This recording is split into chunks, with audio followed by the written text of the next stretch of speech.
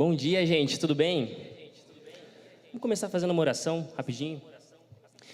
Querido Deus, quero agradecer, Pai, por mais um dia, por mais um sábado na sua presença. Quero pedir que o Senhor possa abençoar todo mundo que está aqui hoje, Pai, que a gente possa sair daqui mais cheio do Senhor, Pai, que a gente possa sair daqui com a liderança do seu Espírito Santo e a gente possa estar cada vez mais conectado com o Senhor. É isso que eu lhe peço e agradeço. Em nome de Jesus, amém. E bom, primeiramente, eu quero agradecer a oportunidade de poder estar falando aqui e as pessoas também que vieram. Eu acredito que a maioria das pessoas me conheça, mas para quem está visitando, meu nome é Gustavo e hoje eu sou diácono jovem aqui da igreja. E eu vim falar de algo que pode transformar a sua vida, assim como transformou a minha vida. E eu queria pedir que vocês abrissem Salmos, no capítulo 91, por favor. Salmos 91. Esse é um texto bem famoso, tem muita gente, inclusive, que deixa a Bíblia aberta em casa no Salmo 91, que é conhecido como Salmo de proteção. E tem muitas teorias a respeito, muitas linhas teológicas que falam sobre como é que foi construído esse Salmo, quem que escreveu, quem foi o autor, e dentre elas tem uma que é muito interessante. Existe um conceito do tempo dos reis de Israel sobre a questão das guerras. Quando eles tinham momentos de guerra, quando eles tinham momentos que eram muito importantes de batalha, onde eles precisavam da presença de Deus, eles iam para uma espécie de incubadora, que era um local como se fosse um quarto de guerra. Não sei quantos aqui já assistiram o filme Quarto de Guerra. É basicamente um quarto de guerra onde os reis iam para poder se consagrar a Deus, eles iam para poder ficar mais próximo de Deus, e aí eles iam geralmente com um ou mais sacerdotes que intercediam por eles. E nesse contexto do Salmo 91, a gente consegue ver basicamente um rei entrando na presença de Deus e pedindo a bênção dele. Então se a gente vai para o verso 1, Salmos 91, verso 1. Aquele que habita no esconderijo do Altíssimo descansa à sombra do Onipotente. Diz ao Senhor, Tu és o meu refúgio, a minha fortaleza, o meu Deus em quem eu confio. Então, novamente, a gente está vendo esse rei que ele está entrando na presença de Deus, ele está se colocando na presença de Deus, falando que o Senhor é o refúgio, é a fortaleza dele. E logo após isso, no verso 3, a gente vê uma espécie de sacerdote que está entrando para poder interceder pelo rei. E o sacerdote diz o seguinte, no verso 3, pois ele livrará você do laço do passarinheiro e da peste perniciosa. Ele o cobrirá com as suas penas e sob as suas asas você estará seguro. A sua verdade é proteção e escudo. Você não terá medo do terror noturno, nem da flecha que voa de dia, nem da peste que se propaga nas trevas, e nem da mortandade que assolam ao meio-dia. Caiam 1000 ao seu lado, 10.000 à sua direita, mas você não será atingido. Somente com os seus olhos você contemplará e verá o castigo dos ímpios.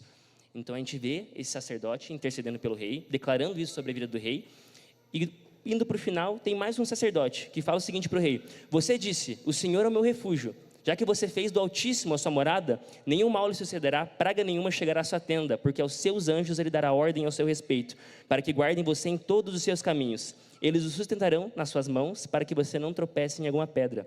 Você pisará o leão e a cobra, e com os pés esmagará o leãozinho e a serpente. E no final, a gente vê a resposta de Deus diante disso tudo. Verso 14, Deus diz, porque a mim se apegou com amor, eu o livrarei. Eu o protegerei porque conhece o meu nome. Ele me invocará e eu lhe responderei. Na sua angústia eu estarei com ele, eu o livrarei e o glorificarei. E eu queria pedir que vocês repetissem comigo isso. Porque a mim se apegou com amor. Vou repetir. Eu o livrarei. Eu o protegerei porque conhece o meu nome. Então, de forma clara, a gente consegue ver que, assim como o rei, se a gente coloca Deus como nosso refúgio, como nossa fortaleza, ele promete proteção, promete livramento, mesmo em meio às dificuldades, mesmo em meio aos desafios que a gente passa na vida. E Deus tem essa capacidade de fazer com que, mesmo em meio a uma provação muito grande que a gente esteja passando, ele utiliza isso para poder fazer a gente crescer. Tem alguém aqui que está passando por alguma provação? Alguma dificuldade, em alguma área da vida? Financeira, conjugal, espiritual, profissional, alguma área da vida? Novamente, a gente sabe que Deus, apesar dessa dificuldade que a gente está passando, ele pode utilizar isso para fazer com que a gente cresça. E se a gente for olhar para essa questão de provação, na Bíblia fala mais de 360 vezes a expressão não temas. Só que quando ele fala não temas, não é que a gente não vai passar por provações. Se a gente vai para João 16, no verso 33, Jesus disse que no mundo a gente teria aflições. Mas ele fala, tem de bom ânimo. Então, Deus ele tem esse hábito de usar essas aflições, essas experiências ruins para poder fazer a gente crescer.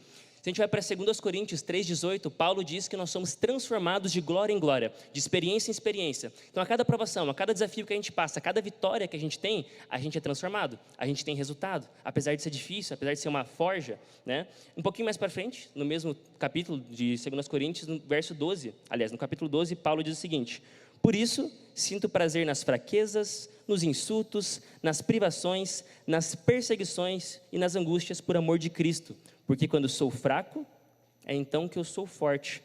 Então, eu tenho uma ótima notícia para você. Se você hoje está passando por algum problema, por alguma provação, por alguma dificuldade, você está apto e está no melhor lugar que você poderia estar para poder viver um milagre, uma transformação de Deus na sua vida. Amém? E o que é interessante? Só que tem algo que é muito importante que tem a ver com o nosso papel. Apesar desse desafio de Deus querer transformar a gente em meio ao desafio, tem uma chave específica que a gente precisa acessar para que a gente consiga colaborar com Deus e cooperar para que realmente aconteça essa transformação. Quando a gente vai ali para Apocalipse, no capítulo 3, a gente tem uma experiência de Jesus contando, falando cartas para algumas igrejas. E tem uma carta específica que ele fala com a igreja de Laodiceia. E nessa carta ele fala: vocês são pobres, miseráveis, cegos e nus. Aconselho que de mim compres ouro refinado no fogo. Ele fala: vinde, comprai colírio para os olhos, vinde, comprai vestes brancas. Então ele está falando: vocês são pobres, miseráveis, cegos e nus. Depois ele fala: aconselho que de mim compres ouro refinado no fogo. E é um pouco curioso isso, porque ele fala: aconselho que de mim compres, sendo que vocês são pobres, miseráveis, cegos e nus. Se a gente vai um pouquinho para frente, também em Isaías, no capítulo 55, tem esse texto, que diz: a todos vós que tendes sedes, vinde às águas, e vós os que não tendes dinheiro, vinde, comprai e comei. Sim, vinde e comprai sem dinheiro e sem preço vinho e leite. Então, de novo, a gente vê Deus falando para eles comprarem sem dinheiro. E o que é interessante, porque quando a gente vai para o livro de Isaías, a gente vai ver vários momentos onde o profeta se retrata a questão da água, comparando com o Espírito Santo. Então a gente entende que ele está falando da presença de Deus. Vinde, comprai, quem tem sede, venham, bebam. Então a gente consegue ver que existe uma moeda de troca do reino de Deus para que a gente possa acessar mais a presença dele, para que a gente possa acessar mais dele. Uma moeda de troca do reino de Deus. E essa moeda de troca, assim como a gente viu no texto, é a fome. Então, a fome é a moeda de troca do reino de Deus para que a gente possa acessar mais a presença dele. Se a gente vai para Isaías 44, o texto diz: porque derramarei água sobre o sedento e torrentes sobre a torre seca. Derramarei do meu espírito sobre a tua posteridade e a minha bênção sobre os seus descendentes. Então, novamente, a gente entende que a chave para que a gente possa ter mais de Deus, para que a gente possa acessar mais dessa presença, é a fome. E principalmente em meio a esses momentos de provação. Então, hoje, se você está passando por alguma dificuldade, por algum problema, você está buscando a Deus. Até agora, essa quinta-feira, a gente estava participando de um evento, falando com um grupo de empresários, para poder vender um produto. E aí, durante o evento, teve um momento que a gente precisava apresentar algo na tela. E aí, a gente estava precisando fazer isso logo, estava o pessoal chegando e não estava dando tempo de organizar tudo. O pessoal começou a chegar e a gente tinha que começar essa apresentação. E aí, o que aconteceu foi que a gente não estava conseguindo colocar a apresentação na TV, na televisão. E nesse momento, a gente ficou um pouco preocupado, estava ali quase uma hora já tentando e não dava certo. Quando, de repente, o Ramon, que é meu primo, ele chamou eu ali para o canto e a gente falou: vamos fazer uma oração. Daí a gente orou. Passou algum tempo ali, a gente foi ver o cabo da TV e alguém falou: será que não tem um cabo ali atrás, naquela parte onde tinha os eletrodomésticos? A gente foi ver e tinha o cabo. A gente ligou e conseguiu fazer a apresentação. Mas o que isso quer dizer? A gente, muitas das vezes, está buscando fazer as coisas na força do nosso braço, tentando resolver as coisas, tentando fazer do nosso jeito, em vez de se inclinar para Deus, primeiro, que seria essa experiência onde a gente vai ter transformação de fato. E estudando sobre isso, sobre essa questão da fome, sobre essa questão de busca de Deus, eu fui até a história de José. Se a gente vai olhar para a história de José, quem aqui conhece, José foi um homem conectado com Deus, sim ou não? Foi um homem conectado com Deus. Quantos anos José tinha quando ele foi para o Egito? Alguém sabe? Ele tinha 17 anos, ele era 2 anos mais novo que eu quando ele foi para o Egito, quando ele teve essa experiência. E é interessante porque a Bíblia ela não fala de deslizes de José. Você vê que ele tem uma postura muito boa, ele segue princípios, ele consegue prosperar onde ele estava, Deus abençoava ele, só que Deus não fala dele pregando para as pessoas. Então, como é que a gente sabe que José era um homem realmente conectado com Deus? Como é que a gente sabe qual era o segredo para ele ter essa intimidade? Porque ele tinha intimidade pela postura dele, a gente via no comportamento dele. E o segredo, que na verdade não é um segredo, é que Deus estava com ele todos os momentos porque ele tinha fome de Deus, ele buscava Deus, ele tinha relacionamento com Deus, diariamente. Se a gente vai para Gênesis, no capítulo 39, lá no verso 10, diz que a mulher de Potifar tentava José todos os dias. Todos os dias ela tentava ele de forma constante, e todos os dias ele falava, como cometeria tamanho pecado contra meu Deus? Então a gente vê que José, ele resistia, ele perseverava, mas é porque ele tinha fome, ele tinha relacionamento, ele tinha constância com Deus. E a gente tem essa chave para a gente poder realmente vencer os desafios. Se a gente vai para Lamentações, no capítulo 3, o profeta Jeremias diz que as misericórdias do Senhor se renovam a cada manhã. Então, novamente, diariamente elas se renovam. E o nosso papel está conectado, está vinculado com Deus para poder ter essa experiência de transformação. Eu não sei quantos aqui ouviram essa frase, o ambiente sempre vence. Alguém que já ouviu essa frase? Olha que interessante.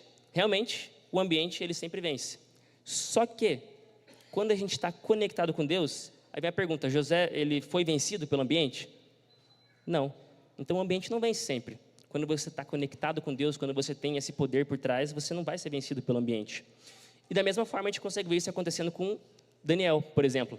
Daniel, ele também foi muito jovem para a Babilônia, ele teve essa experiência, ele estava num lugar onde a cultura era totalmente pagã, onde ele tinha todo esse assédio por trás da cultura na vida dele, e da mesma forma ele consegue se permanecer fiel. E a Bíblia também fala, se a gente vai para Daniel no capítulo 6, ela diz que ele orava 3 vezes ao dia, de forma intensa, de forma constante, e ele tinha essa proteção de Deus na vida dele. Outra coisa que Daniel fazia muito também era a questão do jejum. Daniel, no capítulo 10, também fala que ele fez um jejum de 21 dias, onde ele foi o momento que ele teve uma revelação de Deus para ele, por uma visão que ele tinha. Aí chega um anjo que coloca a mão em Daniel e fala, Daniel, homem muito amado. Isso aconteceu depois de um jejum de 21 dias, e ele tinha esse costume de jejuar, de orar, de buscar Deus, e você vê que Deus pega todas as situações difíceis e faz com que coopere, né, para o resultado de Daniel. Todas as coisas cooperando. Ele muda as pessoas, ele muda as circunstâncias. Você vê, por exemplo, Nabucodonosor, que teve essa questão de ser impactado realmente, ele teve uma transformação e aceitou a Deus também. E é por isso que a gente vai ver em Romanos 8, 28, dizendo que todas as coisas cooperam para o bem daqueles que amam a Deus e são chamados segundo o seu propósito. E assim, tem muita gente que acaba olhando isso e às vezes pensando, né? Porque Deus, ele realmente consegue transformar a gente, independente do ambiente, independente do que a gente está vivendo, Deus consegue transformar a gente. Só que, às vezes, você está passando por algum momento, por alguma dificuldade, obrigado, por alguma provação na sua vida, e você pensa, será que realmente isso pode cooperar para o meu bem? Será que realmente isso pode transformar minha vida? E aí, eu queria falar para vocês o seguinte, na prática, talvez muita gente ache que não funcione isso, que a gente vê a história, a gente vê ali os heróis bíblicos vivendo isso, tendo essa transformação, mas na prática, será que funciona? Então, vamos para a prática. Esse é meu pai, minha mãe e a minha irmã. A gente sempre teve uma família muito unida, a gente sempre teve várias experiências muito boas, a gente aproveitava bastante, a gente saía, a gente tinha muitos momentos muito bons.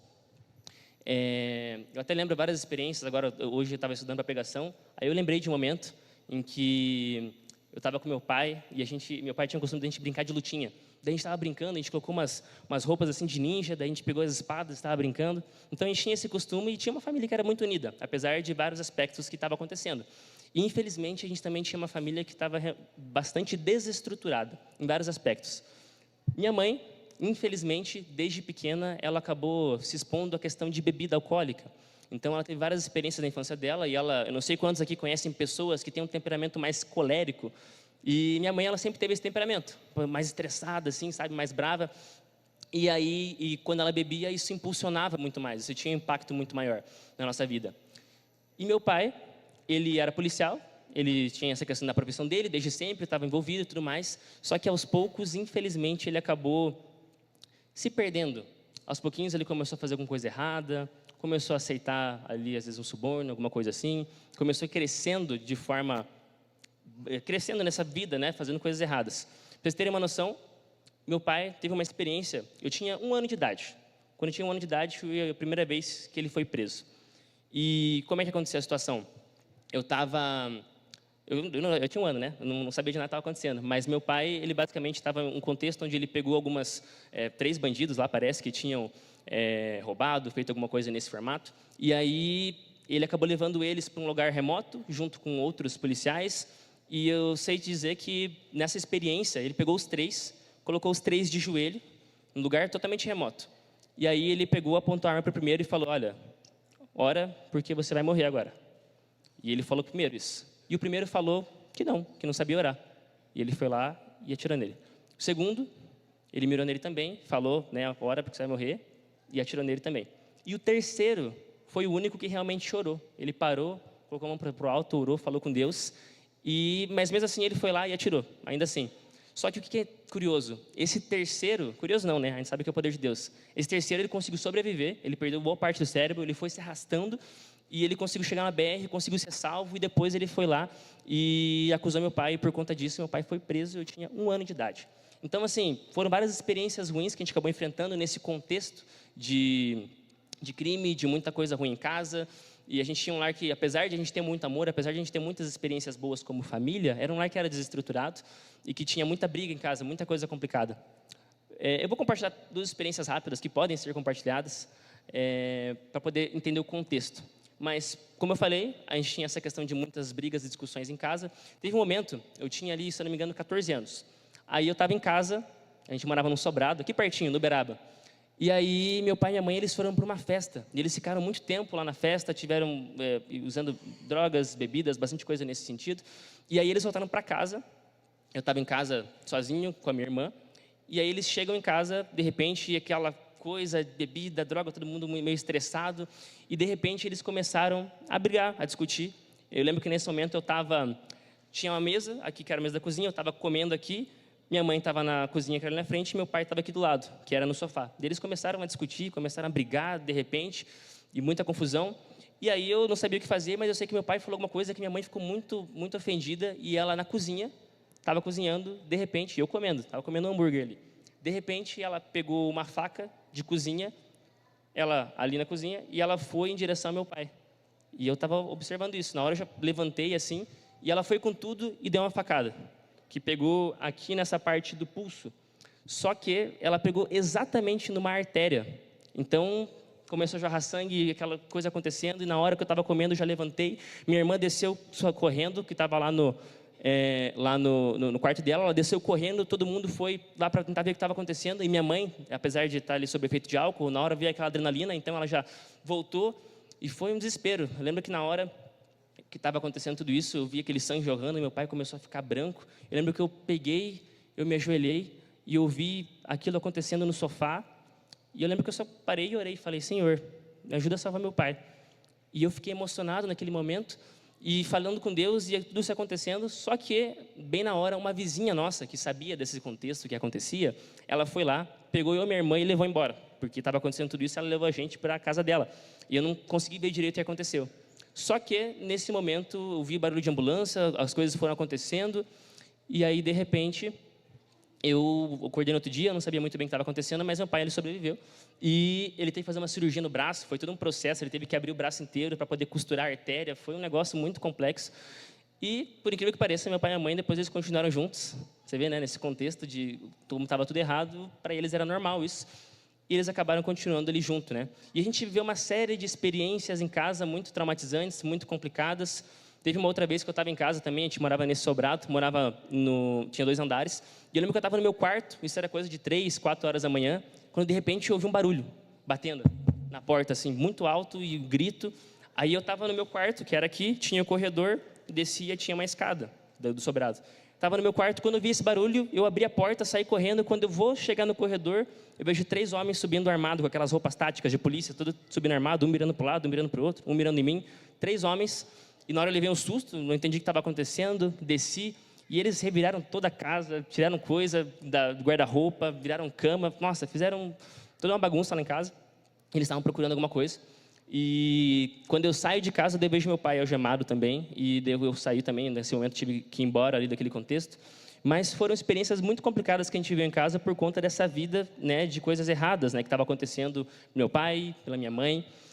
E foi muito traumatizante para a gente, nesse contexto que a gente estava vivendo. Só que eu não entendi direito o que estava acontecendo, eu era muito novo, eu não sabia do contexto por trás, mas basicamente eu descobri depois que meu pai, ele acabou se envolvendo cada vez mais em crimes mais pesados, e ele acabou se aliando a algumas organizações criminosas, e começou a crescer cada vez mais nisso. E teve uma vez que ele acabou se envolvendo em algum homicídio, e ele teve que foragir. Eles pegaram ele, eles colocaram uma tornozeleira eletrônica nele, mas ele teve que foragir, foi embora, Eu sei que ele foi para o norte, foi para vários estados diferentes, a gente ainda conseguia manter um contato. Só que teve um momento que ele foi para Santa Catarina. A gente até foi lá visitar ele algumas vezes. Eu lembro que a primeira vez que eu fui, tinha um apartamento lá gigantesco, muita coisa acontecendo, uma loucura. A gente tinha que entrar no carro, trocar de carro, coisa de filme, assim. E a gente estava tendo essa vida, vivendo essas experiências bem complicadas. Mas um dia, estava em Curitiba, aqui, com a minha mãe, e de repente a gente recebe uma notícia. Um amigo do meu pai ligou para minha mãe e falou: olha, Ruth, Flávio foi preso. E aí, lá em Santa Catarina. E aí veio essa experiência, onde ele acabou sendo preso, acabou acontecendo lá em Santa Catarina, não lembro exatamente onde é que foi o local.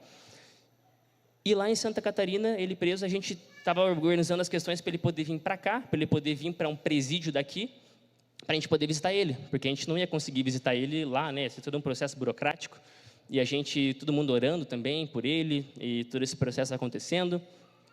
E aí passou mais coisa de um mês e pouquinho dele preso, e a gente fazendo essa questão de documentação, até que um dia estava eu, minha mãe, meu avô e a minha irmã no carro, e a minha tia também. A gente estava indo para a casa da minha avó, aí estava minha mãe dirigindo, meu avô do lado, eu estava no canto, minha tia no outro, minha irmã no meio, e a gente indo normal, quando de repente a assistente social ligou para minha mãe.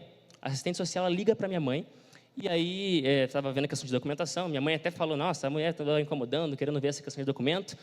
E na hora que minha mãe atendeu o telefone, ela entrou no Bluetooth do carro. E daí a gente conseguiu ouvir. E nessa hora que entrou no Bluetooth do carro, a mulher ela falou para minha mãe: Ruth, o Flávio faleceu. Ele foi encontrado morto dentro da cadeia. E aí, nesse momento, todo mundo ficou desesperado, todo mundo, né, meu avô também, todo mundo passando mal, a gente parou o carro, foi todo um processo complicado, ninguém sabendo direito o que fazer, aquele choque, aquele impacto da experiência que tinha acontecido. E aí, basicamente, passou mais um tempo, a gente teve a questão do velório, a gente foi ali, um pastor, inclusive, da igreja da Vila São Paulo, foi lá, fez a questão do velório, a gente teve esse processo que foi bem complicado, né? E uma coisa bem tensa é porque, basicamente, a provisão, apesar de vir de uma coisa ruim, a provisão vinha dele. Minha mãe era esteticista, então ela não tinha tanta condição para poder trazer isso para a gente. E foi um momento bem difícil, assim, tanto na questão financeira, quanto na questão emocional, na questão, em todas as áreas da vida, basicamente, né? Só que, graças a Deus, a gente sabe, novamente, como foi dito no texto, que Deus ele usa pessoas, ele usa circunstâncias, ele usa as experiências mais ruins da nossa vida para poder transformar a gente. E Deus usou várias pessoas para poder transformar a nossa vida. Esse é meu tio, e uma coisa muito boa é que, apesar de eu não ter tido essa experiência com o pai, Deus ele me abençoou como uma pessoa que faz esse papel hoje. Eu lembro quando meu pai faleceu que eu fiquei preocupado, porque teve vários momentos e várias experiências que eu não sabia muito bem quem que ia estar lá para poder me ajudar. E hoje, graças a Deus, eu tenho algumas pessoas que me ajudam. Uma delas é meu tio. Nesse dia, inclusive, a gente estava numa pregação que ele ia fazer. Minha mãe era para ela ter ido, mas ela não conseguiu ir. E aí, a gente mandou essa foto para ela. Foi um momento muito bom. E a gente depois começou a fazer estudo bíblico. Foi bem nesse momento que a gente começou os estudos. E acontecendo nesse contexto, foi até um pouquinho antes, na verdade, de toda a experiência ruim acontecer. Mas a gente começou os estudos e passou mais ou menos eu não sei exatamente o período, mas eu sei que depois disso a gente acabou se batizando, né? E foi um momento muito bom. Inclusive, eu batizei com a Radassa, que está ali. A gente se batizou no mesmo dia. E a gente teve essa experiência, graças a Deus. Foi um momento de muita luta, muito estudo, muitas pessoas orando pela nossa família. Mas a gente teve essa questão do batismo, que acabou acontecendo. Minha mãe também foi no batismo, foi uma experiência muito boa. E minha mãe, inclusive, que nesse momento ela estava passando por vários momentos muito difíceis. Porque ela estava com esse temperamento, a questão de bebida, a questão de droga. E a gente orando por ela também. Meu pai já tinha falecido e ela teve um processo de transformação com Deus. Eu vejo que Deus interviu muito na vida dela. E Deus, ele abençoou muito ela, porque ele realmente trouxe muita mudança para a vida dela. E, inclusive, aqui na igreja do Guabirutuva, ela se batizou também.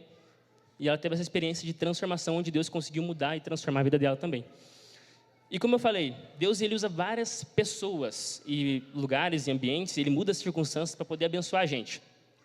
Outra pessoa que é muito importante nesse processo foi meu avô, porque, novamente, apesar de a gente ter uma condição, por conta do meu pai que não estava trazendo essa provisão, a gente estava numa situação bem complicada financeira. Meu avô ajudou muito a gente nesse sentido, me ajudou também emocionalmente, em vários aspectos.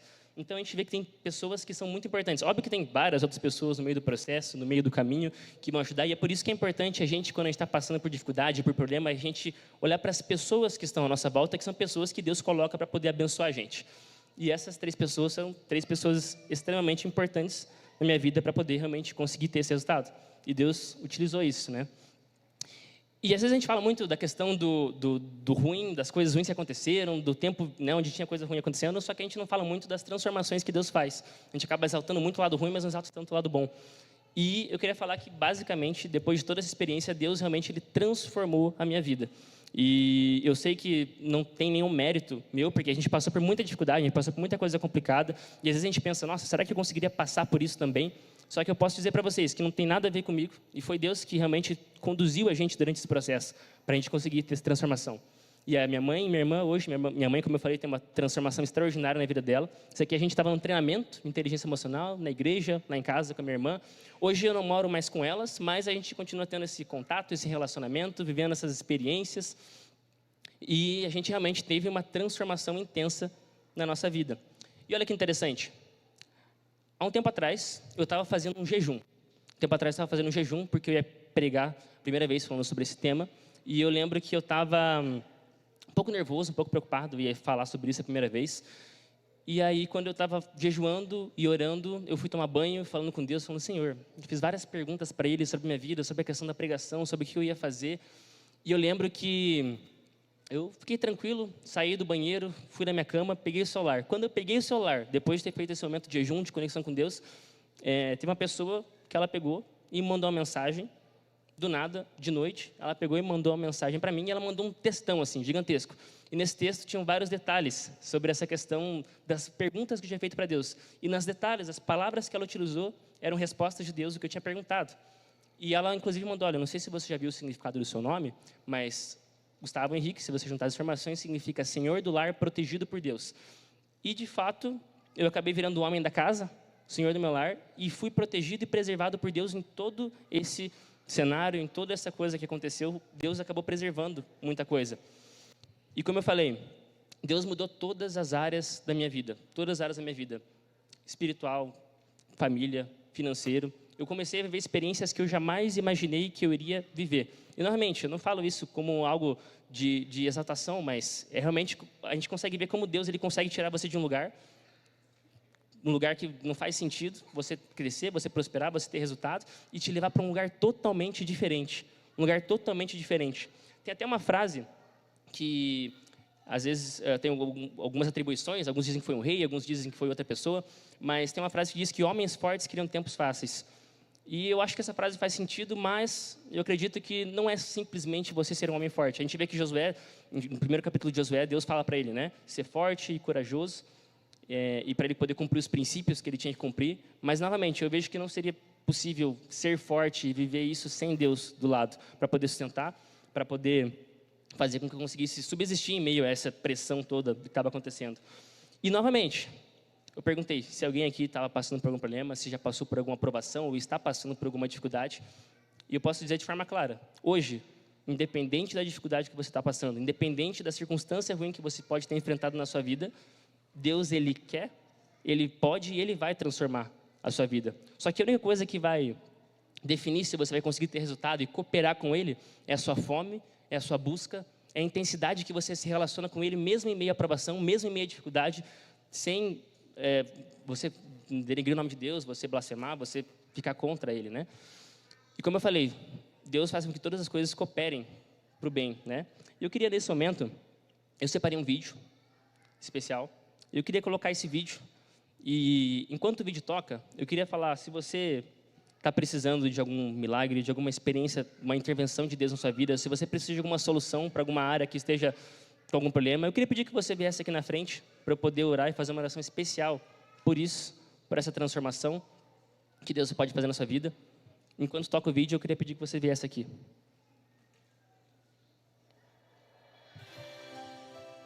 Pode colocar a imagem também.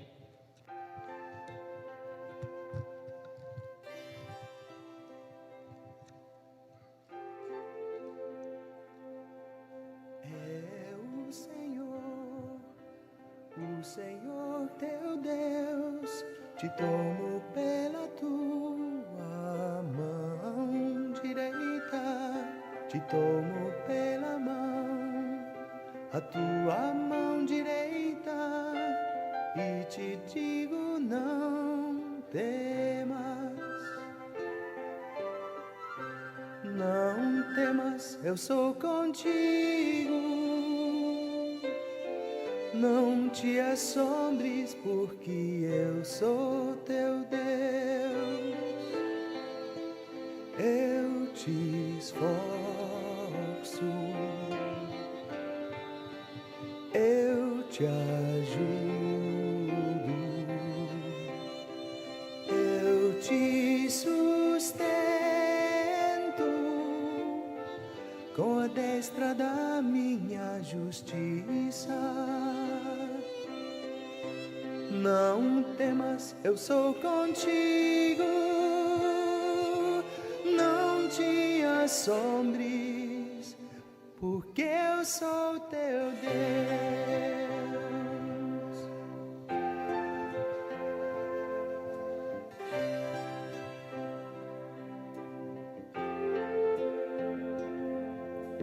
Eu,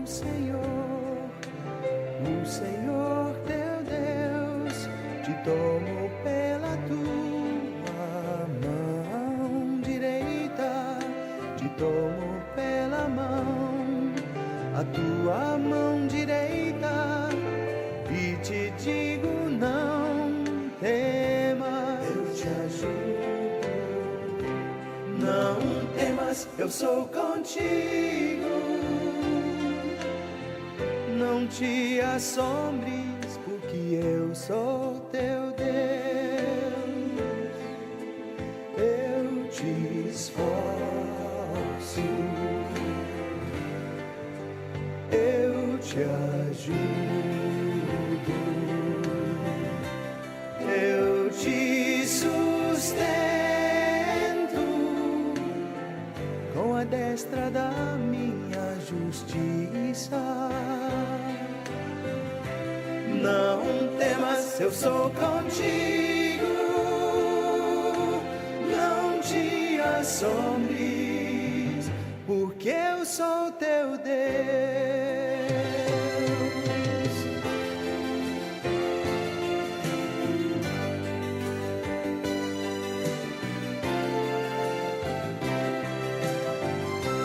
Eu te sustento com a destra da minha justiça. Não temas, eu sou contigo. Não te assombres, porque eu sou teu Deus.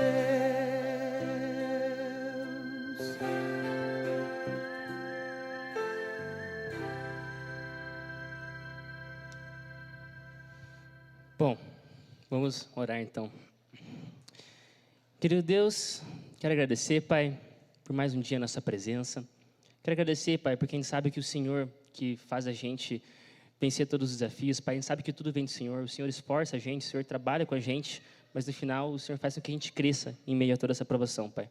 Eu quero pedir que o Senhor possa abençoar, Pai, todas as pessoas que vieram aqui, Pai, todas as pessoas que estão precisando, Pai, que o Senhor intervenha de forma sobrenatural, Pai, que o Senhor possa intervir na vida delas, Pai, que o Senhor possa abençoar e mostrar de forma clara, Pai, que é o Senhor, Pai, que resolve os problemas na nossa vida, Pai, que nada vem da gente, mas que independente do que a gente está passando, o Senhor pode e vai usar para que a gente cresça e para que o seu nome seja glorificado. É isso que eu lhe peço e agradeço, em nome de Jesus, amém. Podem sentar.